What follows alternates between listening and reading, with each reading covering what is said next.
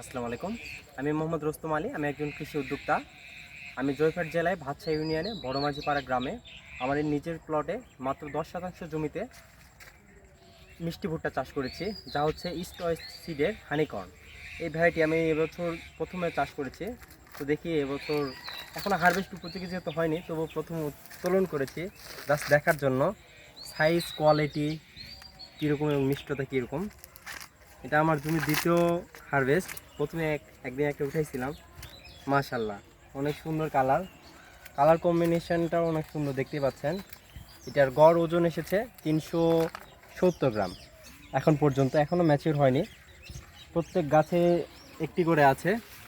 আমার 10 শতাংশে প্রায় 4500-এর মতো বীজ বপন করেছি এবং এটি আগামী আমি 10 দিনের মধ্যে হারভেস্ট কমপ্লিট করে ফেলবো আশাবাদী। এবং এটা মার্কেট ভ্যালু প্রচুর ভালো, খুচরা 30 থেকে 50 টাকা প্রতি পিস বিক্রি হচ্ছে। এছাড়াও চট্টগ্রামে কারণ বাজারে এবং অন্যান্য যেগুলো বিলাসী পণ্য আছে সেগুলোর সঙ্গে তুলনামূলক অনেক ভালো চাহিদা এটি বাজারে। আসসালামু আলাইকুম।